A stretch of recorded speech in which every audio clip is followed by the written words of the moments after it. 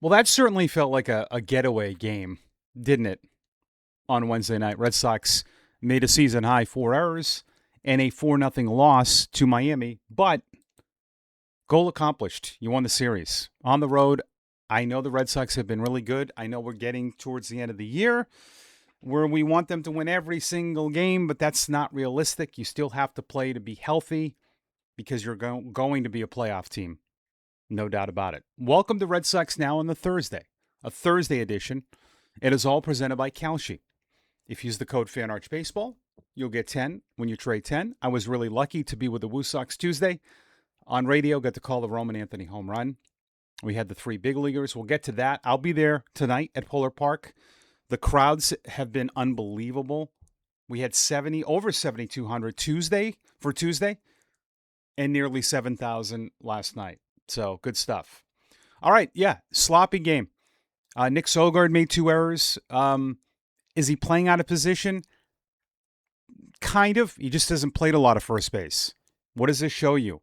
How hard it is to be really good at defense, and I think for times we take it for granted, right? Once you see it, like with Rafaela Abreu, Duran even, you kind of get used to it. It's hard for a guy like Nick Sogard to play first base once a week. I will tell you this, from watching Nick for years, I've marveled at how he can play different positions different days of the week. Big leagues is different, though. You can't compare anything in the minor. It's much faster. It's just a different beast. And so he had a couple of errors. Wong had bad throws. I thought Monasterio, listen, he's just not. We're seeing what he is at shortstop. He's not a great defensive shortstop. Now, will this sound like I'm contradicting myself? Not really. Before he was hitting. And like I said this before, you're not going to have 9 Gold Glovers, but he was hitting at such a high level that you do compensate the defense a little bit. And I will say this, I thought he made a lot of great plays, but long term, you're seeing now he's not hitting. If he doesn't hit, and last night he reached base twice, but like common sense, he's not going to be your starting shortstop in the playoffs. Trevor Story is still a better shortstop than him. I know people are down on him. I am down a little bit because I don't think he's ready to play yet offensively. A lot of that has to do with missing 3.5 months. And listen, if Trevor Story was hitting right now on rehab, everyone would be saying, well, it's AAA pitching. But still, and we'll get to that in a little bit. But in the playoffs, Monasterio is not a shortstop. And I know everyone's, leaving these comments about vibes and all that. You don't win games on vibes. You win games on talent. This is Major League Baseball. This isn't, it's just different. You're good because of players. Players dictate wins. You've had a good year because you have a really good pitching staff, which is talented. Toley's good because he's good. It's not on vibes or any of this stuff. And I like a lot of these guys, but the playoffs are a different beast. You're going to face elite arms. You're not going to roll with Siegler and Monasterio. It's just not going to happen. I like those guys. I don't have anything personal against them. But the leash is different for certain guys. Whether that's fair or not, it's just how it is. And we talked a lot about this in the offseason with Rafael and Abreu. They bring other things to the game when they're not hitting. Monasterio and even Wong and other guys, Siegler. If those guys aren't hitting, they're not bringing a lot to the table. Siegler and Monasterio are not good defensive players. Siegler can only play second. He can't play third. And he's not a great second baseman. I like him. I love everything he brings. But you have to just, the baseball stuff, baseball decisions, it's highly unlikely that those two guys are in your lineup come playoff time. And the more you see those guys play at times, they do get exposed. Mickey Gasper's a different beast. I know he was 0 for last night. Sogard had a rough series, I thought, offensively. It's 3 games. Can't overreact to when they do well for 3 or they underperform for 3. I think we're going a little overboard with guys in short samples. Just a little bit. Because you just saw, like, when you face better pitching, you see some guys get exposed. Last night you had just really wasn't a lot energy wise. Gray was okay. He went 5 innings, gave up 2 runs, but he threw a ton of pitches and he had to get out of a lot of jams. But you scored no runs. Contreras needed a day off. Durbin hit fourth. He had 2 hits. You had 5 hits in the game. So, I mean, you no offense. It's a typical getaway game for me. The guys you just can't play at that level every single night. And they got the off day today, and then it's going to be a big series against the Yankees. But I'm okay with 2 of 3 on the road. Expectations should not be, they got to win as many games as they can now. Yeah, I understand that. But to a point. You're not going to wear out all your guys now and then be spent in the playoffs. You can't do that. You just can't. You were 9% on June 24th to be a playoff team, and now you're 98%. So I understand, it's just sometimes it just feels like it's never good enough. Like now it's like, we got to be in front of the Yankees. Okay, yeah, but I'll still take them being in the playoffs, considering of where they were. Nobody goes from 14 under to 13 over in 63 days. Like, they're doing a lot of things that have never happened in the history of baseball and in their franchise history. So I understand all of that. But I don't feel like last year them losing to the Yankees being the road team has anything to do with this year. It's a completely different team. And you do have to manage it to make sure guys are healthy. You burn out Bennett and Tolle and everyone else, it won't matter if you're home or not. So you do have to give Contreras a night off. You do have to play Sogard at first. You do have to make some of those moves. It's what every team's doing. Hey, Jarren Duran has been better, right? I mean, I know people have been hard on him. I think it's warranted, though. For a veteran player, for a core guy, again, there are certain players that have different expectations. Whether that's fair or not, that's how it's been in the minor leagues with certain guys that play every day to the ones that don't, and they get in there and they do well, and then they don't play because that's just how it is. It's baseball can be very unfair. That's why you see guys shine other places because they get a chance to play. But some just will have a shorter rope. Duran did not. We're talking, this is his 6th year in the big leagues. Going to be 30 in the offseason. Has gotten worse and worse the last few years, offensive production, but maybe some of that, that 2024 was not realistic. His approach was definitely different back then. He did strike out a lot, but he had more hits.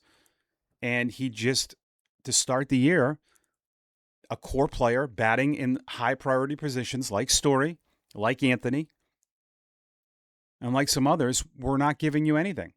So I think the criticism was warranted.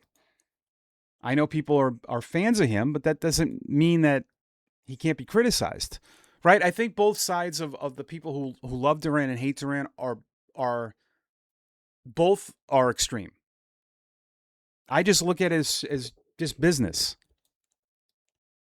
Core player, 6th year in the big leagues. He's making decent money. They've done a lot for him. You put up with a lot of the antics, and some of it. Listen,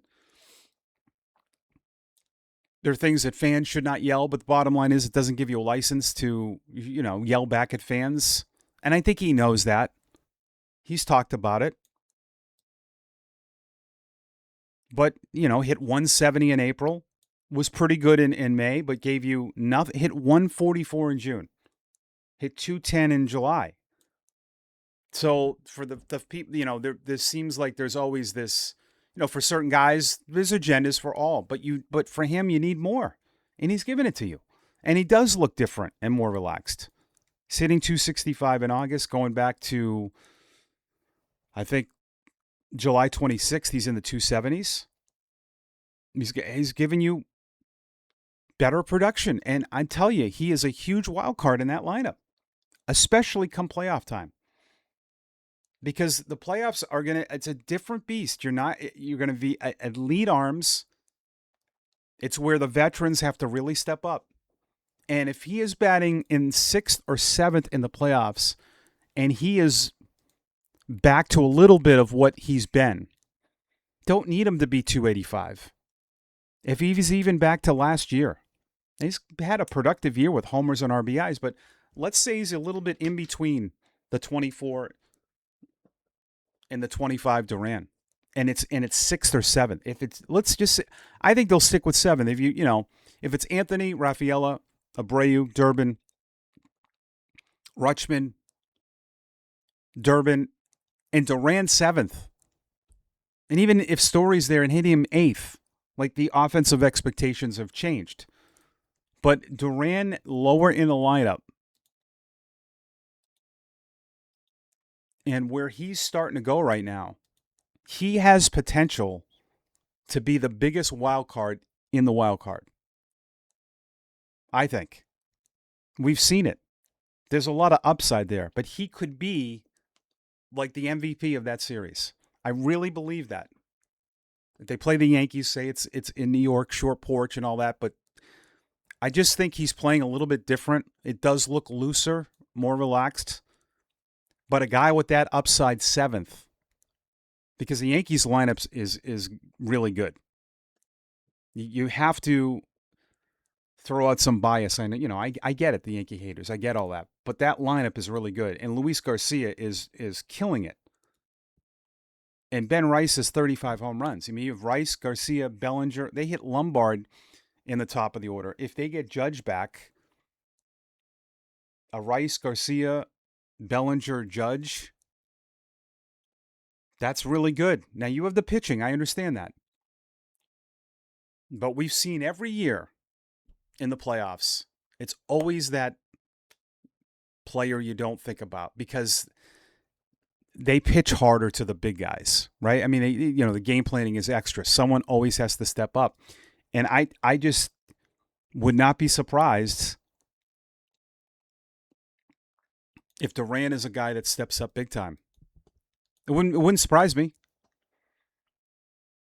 But I think you need what he's doing. You can't just rely on 3 or 4 guys when it comes postseason time. And having him lower in the order, I'm telling you. And who knows? Who knows? The way Tracy is with maneuvering lineups, maybe Duran is back in the leadoff spot. Probably not. Or maybe he ends up 5th. Just don't know. But I like what I'm seeing of him right now. Not just statistically. And that's kind of how we just judge everything now. You have to watch the games too. He does look different. There is a feel. There is a look. It's one thing I've learned from being in, watching baseball for 30 years live. You can see things, especially with pitchers, because you're staring at them all the time. But I do like what I see. And it's a huge, huge wild card in that lineup. Because, you kind of expect going in playoff times, and I think it's not too early to start talking about that stuff. You kind of need, and this was something I talked about at the beginning of the year, why the Red Sox weren't playing well. It was pretty simple. I mean, it's been over analyzed way too much. Your core guys sucked. Bottom line. So I don't know how many times I have to say that on this podcast. This, that, no. Your core guys sucked. That's why you were bad. I have all the evidence. I mean, Crochet was awful. Bayo was awful. Anthony gave you nothing. Story gave you nothing. Duran gave you nothing. Durbin, it was on and on and on and on. You weren't even getting a lot from Abreu at times. You had 6 to 7 automatic outs almost every night. Pretty simple. Just go back and look at all the box scores. And it's what I talked about the entire season. You just need a little more offense. And people started tweeting that. If they were a league average offense, they'd have this record. And then look what happened. Their offense started playing better. Pitching and defense didn't really change. In fact, some of the numbers are down, believe it or not, which is expected. But I'm intrigued by that because in the playoffs, this happens. Somebody that you count on will not produce. It's going to happen. It's going to happen for every playoff team. Let's get to Calci and our trade of the day. The Sox, they're off today, so this will go for Friday, which is going to be fun. 4 games in 3 days. Sox trail the Yanks by 3. They're 57% to beat the Yankees, so 100 will pay you 160, 172. On Calci, you're trading against peers in a live market, meaning there's no house, and as the probability changes, you can buy in and out of your position. For a limited time, download the Calci app. Use code FANARCHBASEBALL to get 10 when you trade 10. Calci, trade on anything. Iggy Suarez, my man. He's the manager of acting manager. I'm just going to say manager of the Woo Sox. Love Iggy. Iggy and I go back. He played in Portland when I was there, so I've known him for a long time. He announced last night to the media that Isaiah Kiner-Falefa will play third for the Woo Sox. I thought J.P. Ricciardi, and I watched the game, had a great breakdown of the rehabbers. Listen, Story is not hitting well in AAA. I understand that. But part of that is he's not played for 3.5 months. So that to me, I mean, when I watch him, his bat speed's not there, and that's what JP was talking about. I do think people, even if he was hitting well, would say it's still triple. I do think people just don't like Trevor Story. I get it. And he was not good for you to start the year. But I do think if he comes back, which he probably is, and I do think he's an upgrade over Monasterio defensively. I don't care what any of the metrics tell me. He's a better shortstop than Monasterio. They're not going to hit him in the priority spots that he was before. And I don't fault Alex Cora for this because a lot of veteran managers do this. They let guys stay in a spot in the order till they figure it out.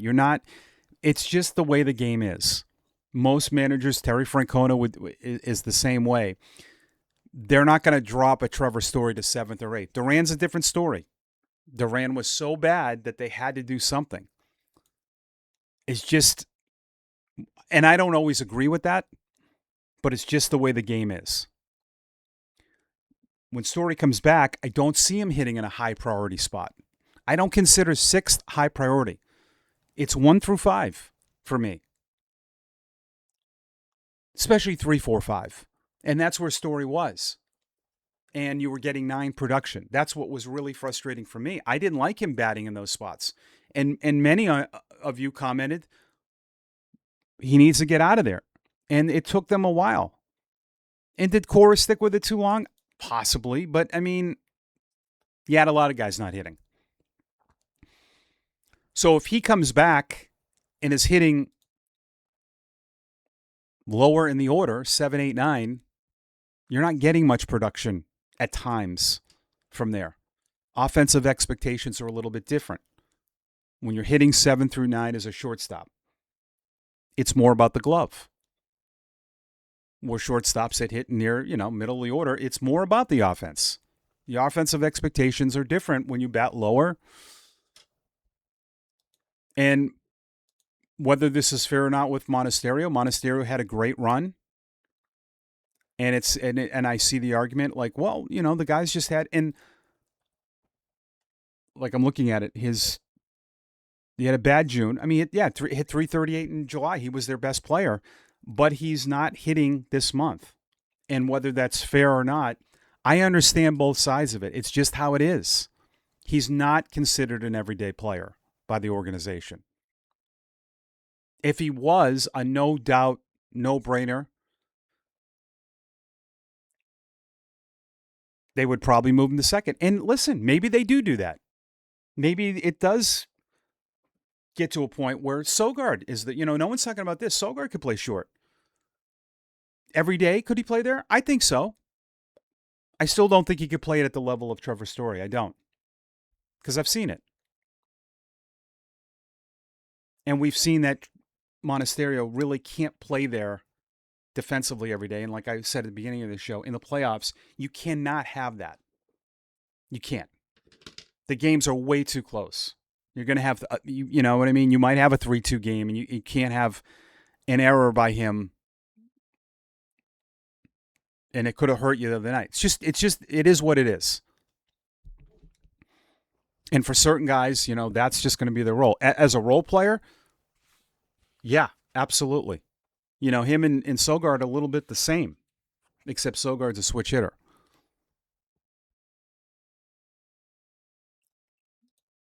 IKF's going to play third for the Woo Sox tonight. I think he's looked better at the plate. Like you can see, his timing is getting better. He walked 2 more times last night. He's starting to walk. But for me, he's a utility player. But defensively, he's better than Siegler, Monasterio, and he might be a little bit better than Sogard. He's at those positions. We're talking second, third, and short. He might be the best shortstop out of the guys we're talking about. I think Chang probably is the best out of all of them, but Chang's not hitting at all, and he's not even playing in AAA. So, like, when we talk about, when I hear the IKF stuff, I'm like, well, IKF was really good for you before he got hurt. And he is a much better defensive player. So, in the playoffs, he makes a ton of sense. The question will be, Roman Anthony, definitely want him in the lineup. I don't understand a lot of you that are down on him. If you're going to just go off 100 at bats this year, that's just crazy to me. Because you can't like Durbin and like others that climbed out of holes. It was 109 at bats. He hit 229. I'm not going to go, and he was starting to hit before he got hurt. He really was. He was turning things around. He is definitely someone that improves your lineup. Not sure where he'll play tonight, if it's going to be in Worcester. But here's my thing. If those guys are going to, say those two are active on Friday, I would think they would play. They won't play tonight because today's Thursday. They would want them to be off. So that's kind of what I think the plan will be. We'll see.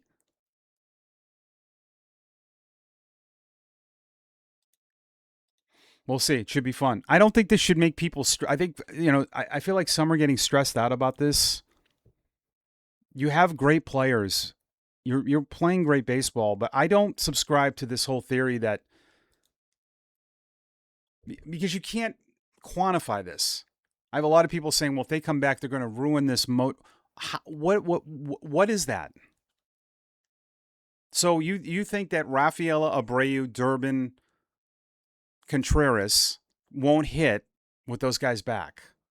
It doesn't make it, like, if you just talk about it, like, if you speak it out, it just sounds kind of foolish to say that. You've had guys go up that weren't part of this recently. Mickey Gasper wasn't part of this. A lot of these guys, you brought in Eli White and Jahmai Jones. Sogard you called up and put them in high, like Wyatt Olds. You've made changes the whole time. I don't know why there's more focus put on the big league guys coming back, that they're going to ruin some kind of mojo. I don't know what that, it doesn't even make any sense to me. So Peyton Tolley won't be able to pitch anymore because Roman Anthony's in the lineup? Like, that stuff is not real.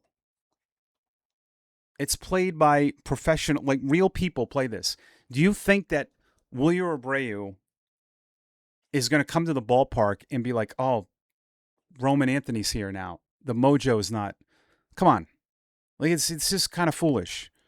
There's no such thing as, like, they want him back. They want Roman back. And I'm sure a lot of them want Story back. He's a great teammate. Those guys are great teammates. But I don't subscribe to any of that, because you've had new pieces go in this whole time. This whole time. You've been counting on all kinds of different guys from other teams to come up, come down, come back up. Players in that lineup want Roman Anthony. Trust me. Provides a lot more protection. I still think Roman is a stud and will be. And I just think that this is kind of underplayed.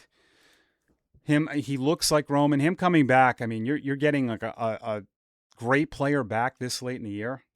Sign me up.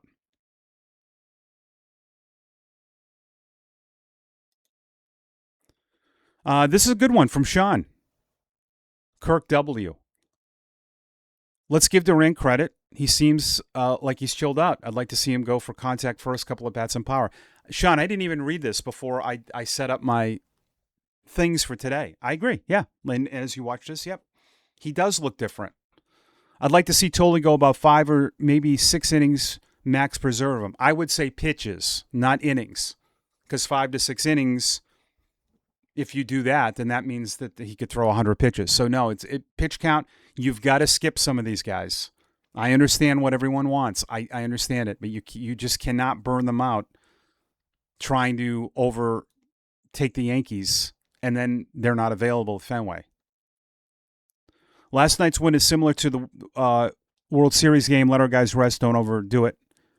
Where the heck does Mead fit in at this point? Let's not even think of that, guys. I'm not being short, or I've been getting this question over and over and over again. He's still in a cast. You know what I mean? Like it's not, and I don't. Again, there's nothing to talk about it right now. We don't know. It could be a month away. He might not be ready till October. This is not even worth talking about. He might not come back.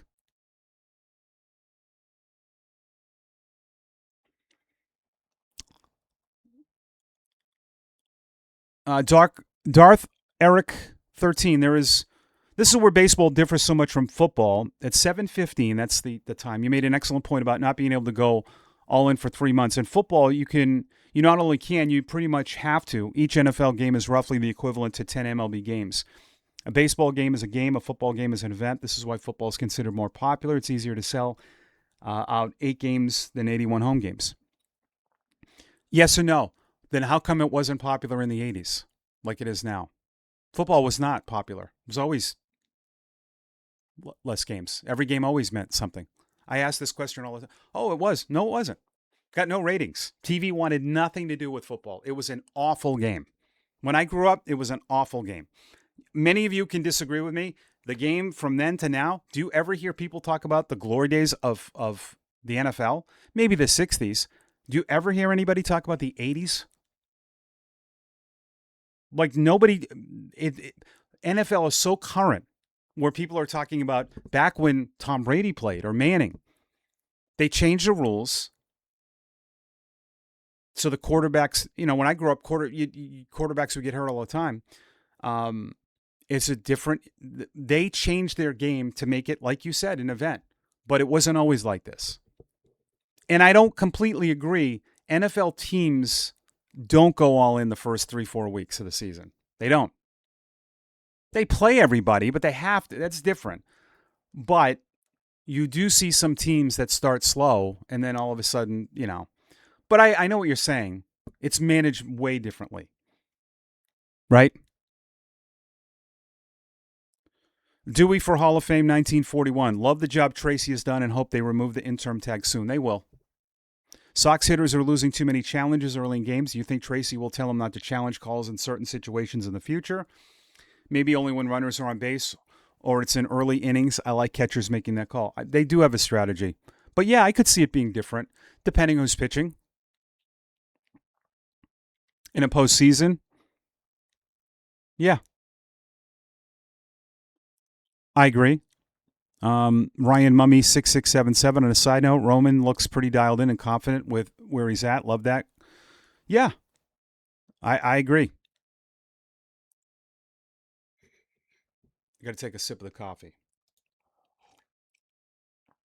and then we'll do one comment before we leave.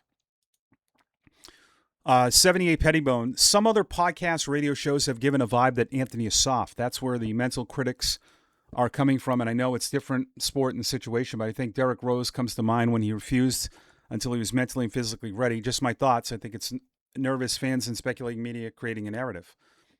Ignore the narrative. Why is what some podcaster, like even me, why would you make your opinion based on that? I don't.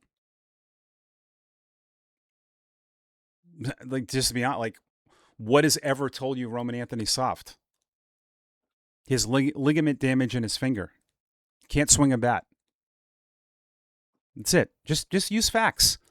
It's not soft. You don't know that. Nobody knows. Like, you don't know what goes on in the training room or behind closed doors. The trainers have a big saying in guys playing. They're going to be extra overbearing. But I don't see soft in Roman Anthony. And I really don't care what other hosts or radio shows say, because they do it for ratings. They say things on purpose, and they should. And I know that sounds weird, but that's their business. Like, that's why I wouldn't want to be a radio host every day. It's all predicated off numbers. Now, I feel like if I did a radio show, I could get numbers, but I really would not want to have my life determined on just numbers, because things take time, but they do have to do that.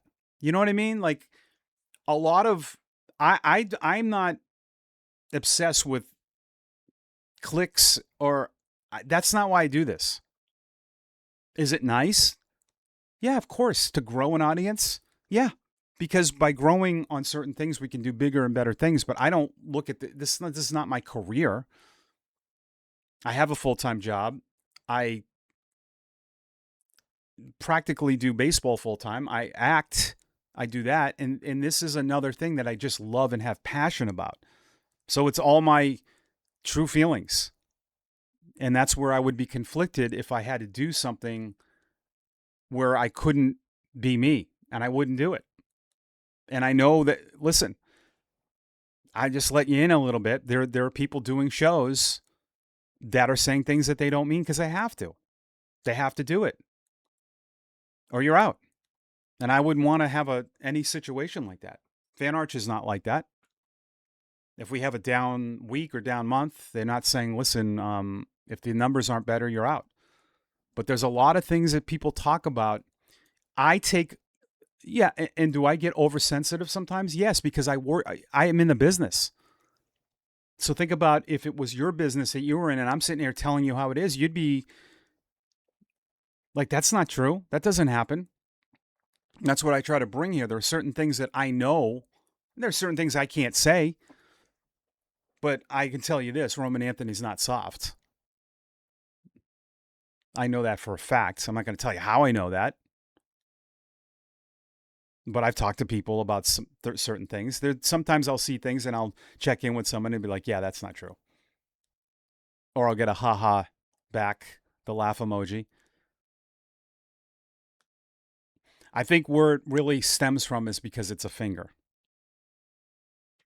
And I think some people be like, well, it's just a finger.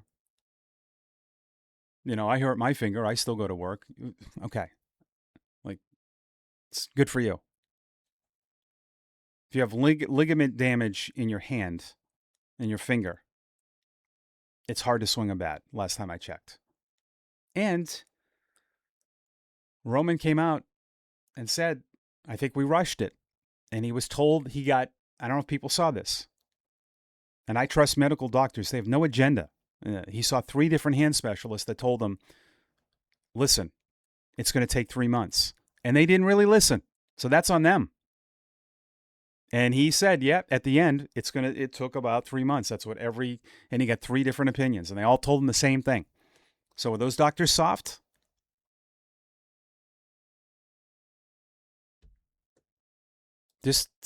I just like to stick to the baseball. The other stuff I really do not care about, or find it interesting. All the other drama. Some of it's fun, but we move on. All right, we'll do a Friday show. We'll preview the Yankee series. That should be a lot of fun. Make sure you hit subscribe before we're done here. Anytime during it, hit subscribe. Make sure to follow me on social. It's presented by Fan Arch. Use code FanArchBaseball to get 10 when you trade 10. Thanks for watching, and as always, go Sox.